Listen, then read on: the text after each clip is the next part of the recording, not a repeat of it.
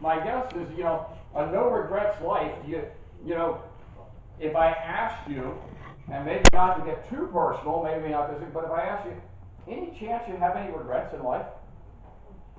Said any chance? I see Terry saying no, none. But if you could see the smirk on her face, you would realize that there's a little bit of sarcasm there. Yeah, at least if I read that right. Did I read the body language right, or have you no regrets? Maybe I probably would have went to college or something like that for my education, but everything else I'm good. Good. Yeah, it's funny. I said I was going to keep it kind of simple too, because I look back and I go, a simpler regret is that I remember in the 9th grade that the wrestling coach came into my PE class and pulled me out because he liked what he saw in my class and he wanted me to wrestle, and I had just finished going through mononucleosis and getting my first D and almost flunky geometry, and I just thought there's no way that I'm going to go back into practice after having tried to play football. And other than being able to run fast and catch, I really wasn't too good at that. So, but I look back, and now that I'm the size I am, at that time I was almost the same size that I am now, realizing that wrestling probably was the best place for a guy who was in high school, 5'5", he was 5'8", 135 pounds. There's probably a few other bigger regrets, and I'm not going to dump on you at this point in life, but if we look at life and we really wanted to come to a point where we had no regrets, and and some of it is just accepting, like what Terry has already said. It is what it is. As much as that common phrase today can be really annoying at times, it is what it is. But that is what it is. Life happens and life is there, but what can we do as we're going along to maybe prevent the regrets? And Shook writes in his book, if you only had 1 month to live, and he acknowledges that he's writing to people that he assumes have lots of time to live, or at least we think that we do, and I mean, none of us know, but 1 month to live, would you put yourself in a position that, you didn't have a lot of regrets? There's the cliche, I think you've heard me say it 100 times, that God's gift to us is life, and what we make of our life is sort of our gift back. So why is it that we don't seem to want to make more with it? Well, we've talked over the last couple of weeks that fear gets in the way, and we're afraid we're going to mess it up, and we know we can't be perfect, so we just bail out. If you can't do it perfect, then so what? And our psychologists even treat that when they're working with folks who battle addictions, who battle eating disorders, and all these kind of things. There's usually this passionate desire to be perfect. And the first thing you need to teach those folks is, guess what? It ain't happening. Yet, that very drive to be perfect is sometimes what makes us so good at what we do. Even in our faith. As Bart said, I shared about Bart at the concert. He spent all his time wanting to do more and do more and do more and do more, because God will love him even more. And he was so amazed that God loved him, and he understood God's grace, that if I do more, God will love me even more. And he said he had a friend come into his life, and he told him, he said, you know what you need to do? He said, you need to take a time out. You need to stop trying so hard. And then every day or once a week, his friend would text him. Every day he would text him those very words. There's nothing more that you can do today to make God love you more than he already does. When you reach that point, to hear that on Friday night, you realize what I was talking about this morning and say, wow, that's really what this is about. In John 10:10, we heard Zachary, the thief's purpose is to steal and kill and destroy. My purpose, God says, is to give life in all of its fullness. We sometimes hear that, and I think we say, oh, to steal and kill and destroy. That's not real life. It is real life. Just like everything in life should be to the glory of God. What John is writing here is that the thief, Satan's purpose, is to steal from us this feeling that you are good enough.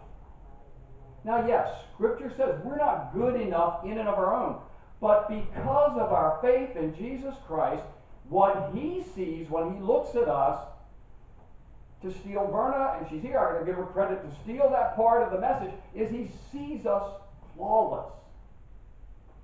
You, in the eyes of God, because of your belief in Jesus Christ, and if you haven't done that yet, then that's the step. But when you're there, God no longer sees you with all the faults. And we tend to go to God and say, oh, but Lord, that thing I do all the time, you've got to be furious about that. And he goes, oh yeah, I told you, when you asked me, I forgave you for it. And then you go, no. Yeah, I understand that you forgave me for it, but in the back of your mind, you still got to be thinking, what a scumbag I must be. And God looks at us and he goes, did you hear what I said? I said, I forgave you for it. Why are you letting this bind you? Well, because I understand you forgive me, and I understand I make it to heaven, but, I'm a jerk. And God's going, man, you're just messing up life. That's the message.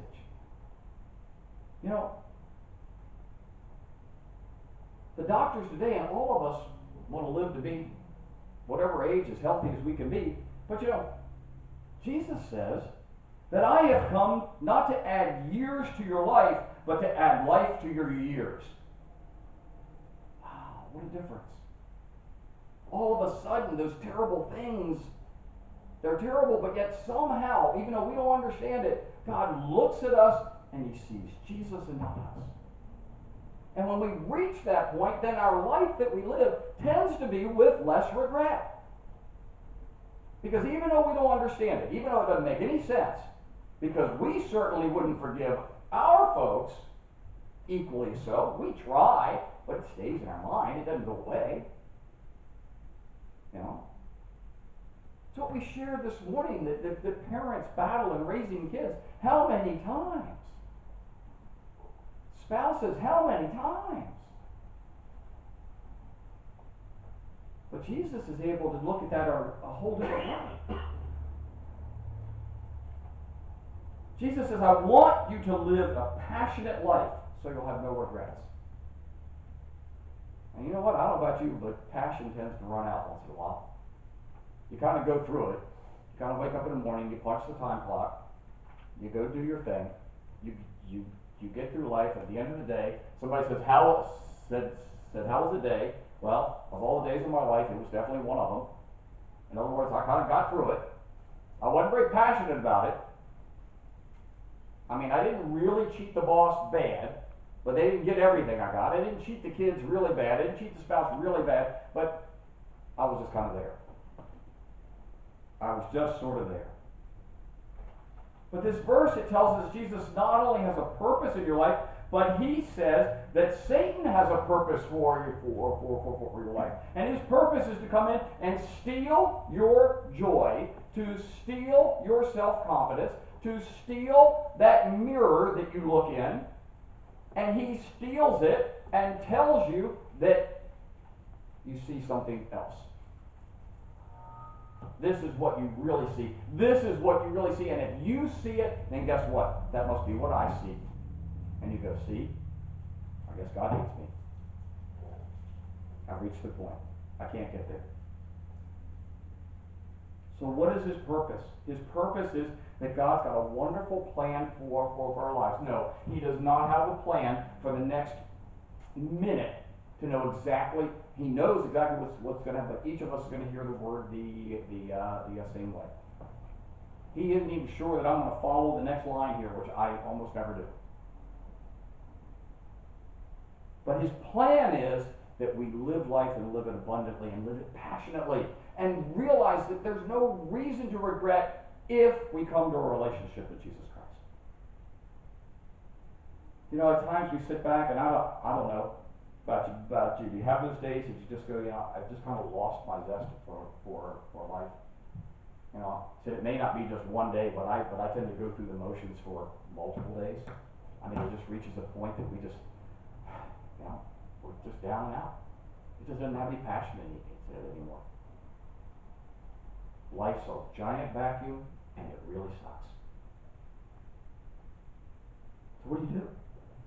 You know, you look at God and say, I've just lost it. Nothing really fires me up. Nothing motivates me. The problems and the stresses have taken their toll on my life. It's been too many years. It's knocked me down. I've been through the addiction. I've been through the problems. I've been through whatever it is, up and down, and I am tired, and I'm done. Well, anybody like jigsaw puzzles in here? Rebecca and Terry, great. Because you know what? The only thing I forgot this week is I was going to buy one of those million-piece things or whatever. And to me, it means if it has more than 25, it's a million. And I was going to bring it in and show it and see. You guys would get excited about that. The rest of us would, or at least me, would go, yeah, right, sorry. And they would tell you that I was pretty good at puzzles when I was a little kid. Something happened. I lost the passion for it. No desire. None. You know, said my little brother used to make them and he'd glue them together and put them on the wall. And I'm like, knock yourself out. That's fun. That's what this desire for no regrets life is. The good news is it's not 1,000, it's 4 pieces. It's going to be 4 pieces we're going to talk about this morning. That's what's in your handout. There's 4 things, L-I-F-E, and each one is separated. I deliberately put the space between L and I in life. Okay, that's not my poor typing, and I know you're used to my poor typing. But this one is not 1,000, it's only 4, and the first one stands for love. And you go, oh, isn't that nice? We can love each other. That's so sweet. Yeah, love is good. God is love. No, love. Love. Love is not just wild, passionate sex for someone you care about. Love is just not shaking hands and being nice. Love is the foundational piece of the puzzle. See, the puzzles I was really good at when I was a kid were the ones that had the frame, and all the little pieces were traced in the back. And I'm real good at identifying things that match. That was one of my aptitudes. I was good at that. So I could see a piece and match it with something here. Maybe that's why I gave it up, because jigsaw puzzles don't give me that. I don't get a pattern. And that's it. But that's what it is. That's what love is. It's the foundation. It's that board with the pattern on it. It's the fuel that fires the passion in your marriage relationship. It is the fuel that fires productivity at your workplace. You know, what's the old adage? It says if you can do something that you love, you'll never work a day in your life. You know, and all of us don't get to do that. But if we create a love, you sometimes have to create a love. You have to create a love. This is my life. I used to tell my students at school, you know, I know you don't want to be here today, but you had 2 choices.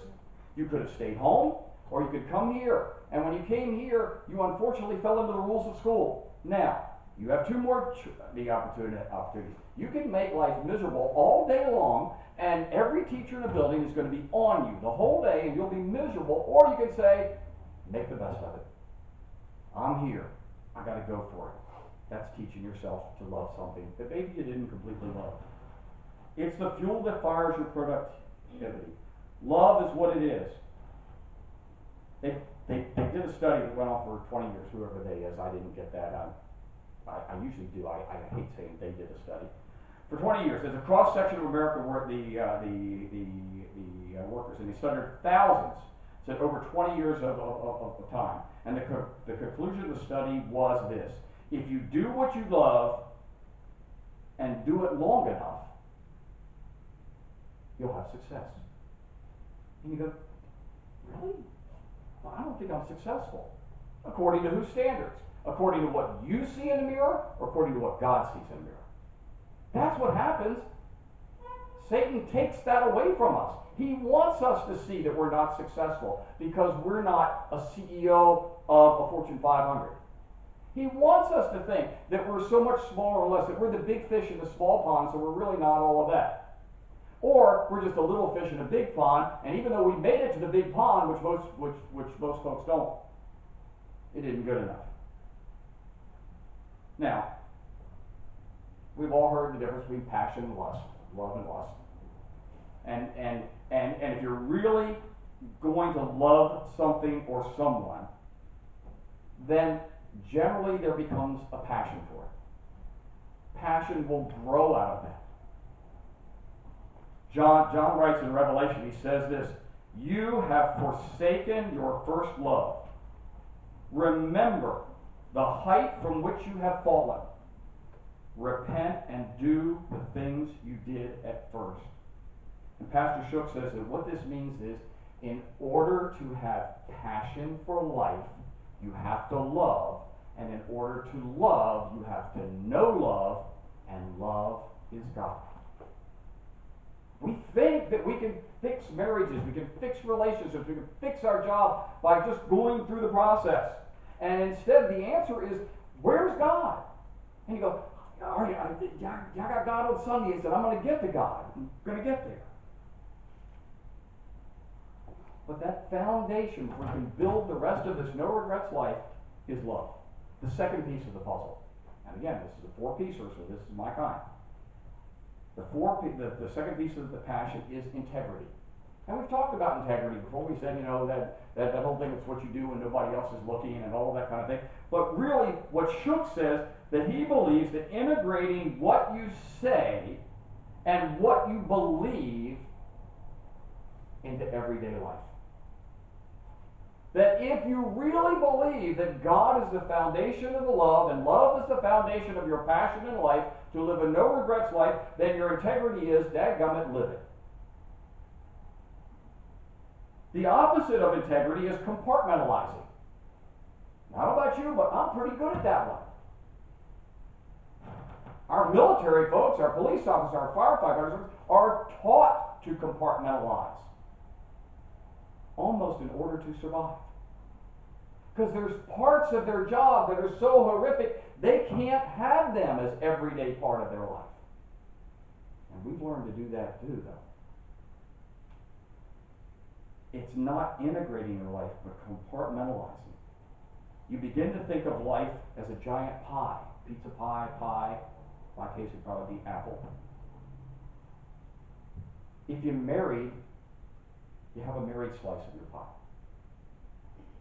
If you have a family, you have a family slice. Whether you're a mom, a dad, a grandmom, whatever, an aunt, uncle, whatever the case is. And then you have your hobby slice of the pie. So my pie's like family and all of this, and then like hunting is like that big, So it's there. Or you begin to look at it and you have a job slice. And then we all have a God slice. The problem is, God doesn't buy that life is a pie. However, if he does, he believes it's a pizza pie that's yet to be cut. The pepperoni and the sausage and the onions are all part of one pizza. You ever cut the pizza pie and you wanted to make sure that you had you want to make sure you had the pineapple on your piece, and the piece that got cut there didn't have any pineapple on it? But yet they sold it to you as a pineapple pie, but yet the piece that you took out didn't have any on it? See, that's what God says the problem is. You start cutting it up, and pieces of it don't carry over. It's got to be the whole deal. In fact, in Mark 12, in verse 30, it says, and this is from the NIV, love the Lord your God with all your heart, all your soul, all your mind, and all your strength. Folks, that's all. If you went through the circle of all the alls, like all y'all, I'm going to give up again. That's a lot of alls. It's not compartmentalized. That's what frustrates God, when we see things as compartmentalized. The third piece of the puzzle. All right? We've loved. We're going to live it. We're going to have integrity. The third piece says stands for forgiveness.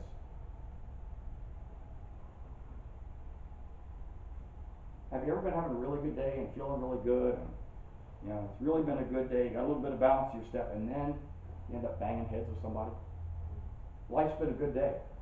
Then maybe it's almost 10 o'clock at night. It's that person you got to spend all your time with. And you knock heads, and it seems like everything else in the day just went right down the drain.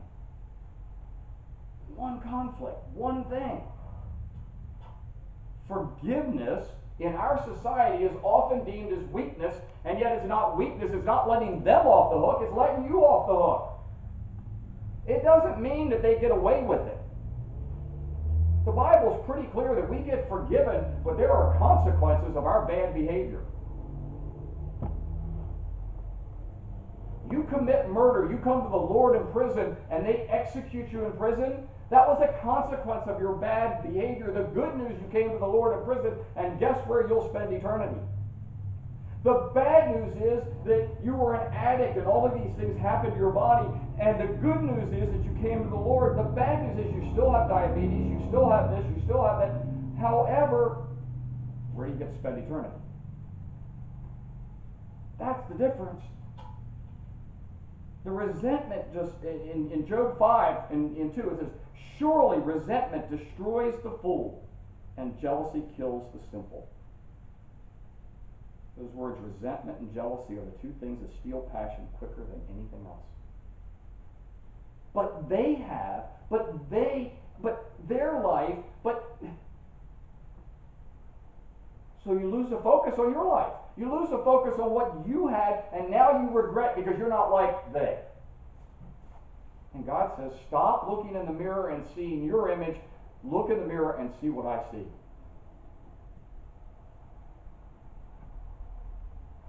The fourth piece is enthusiasm. Now this one's really important. If you look on your handout, it says entheos. Entheos. We're going to do a little Greek here. It is God within. The en means in. Theos means God. The word enthusiasm means God in you. Maybe we all should have paid a little more attention in SAT prep class. Because if we had learned our root words a lot better, when we say the word enthusiasm, we wouldn't think it's some cheerleader, let's be excited, put on my happy face, and when I leave the game, I can't eat pizza because I have an eating disorder. Or I'm going to be a cheerleader and I put on my happy face, and then I'm going to go cry because my parents are going through a divorce, or because my boyfriend no longer likes me, or whatever the case is. Cheerleaders are acting. Enthusiasm, that's what they're taught. We're taught that in sport. Go ahead and play your game with intensity and enthusiasm. But you're feeling like crap today. Why don't you have enthusiasm? Shook says the Greek word is God within you. If you slice the pie up and there's no God on that slice, then that's what's happening. The most enthusiastic, the most passionate one who has ever lived was Jesus Christ. He was so passionate he flipped tables upside down. He was so passionate that he looked Peter in the face and said, you will deny me. He didn't say, oh, Peter, you're a nice guy. He said, it'll all work out.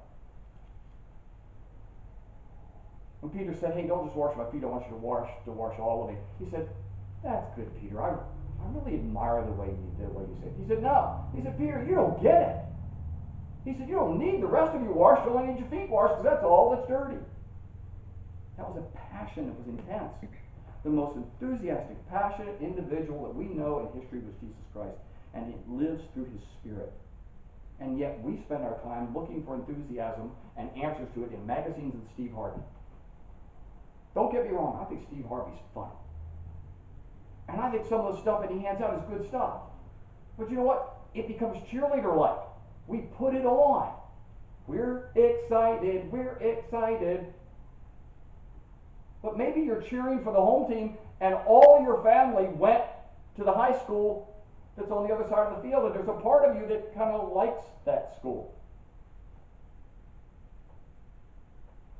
There's a difference when that root word is God within you. Maybe if you start hanging out with God a little bit more, maybe you'll be a little bit more passionate. Because if God is love, and you got to have love to be successful, then maybe you got to get God in there. If God is a root of integrity, and you're not hanging out with God, then how do you live and walk it? If God and Jesus Christ is the true source of forgiveness, then how can we forgive if we aren't spending time with God? And then enthusiasm is literally God within us. In fact, Paul wrote in Colossians 3 in verse 23, he says, whatever you do, work at it with all your heart as working for the Lord. He says, whatever you're doing, be passionate about it. So you really want to no regrets life? Then you begin by loving again and not just lusting. So lusting is exciting, but it either gets satisfied or never satisfied. Loving just grows more and more passion. Or maybe looking at living your love, walking your talk with integrity. Forgive not because it's weak, but because it gets you off the hook because it's what God commands. And finally, then live with enthusiasm, which can only come by knowing what that word means. I didn't know the Greek meaning of that word until I prepped this. Enthusiasm comes from God being within you. That's what makes you excited and passionate, and that's what people look at you and say, Pastor Rick, why are you yelling at us? And I go, I'm not yelling, I'm just excited. So I feel hockey girls would used to do. It's what we used to do to them. Why are you yelling at us? And we're not yelling, we're just excited. We're just telling you. We've all been there. That's where we want to be. When you have that kind of life, regrets just slip to the background. And our goal is to have a no regrets life. Amen? Amen.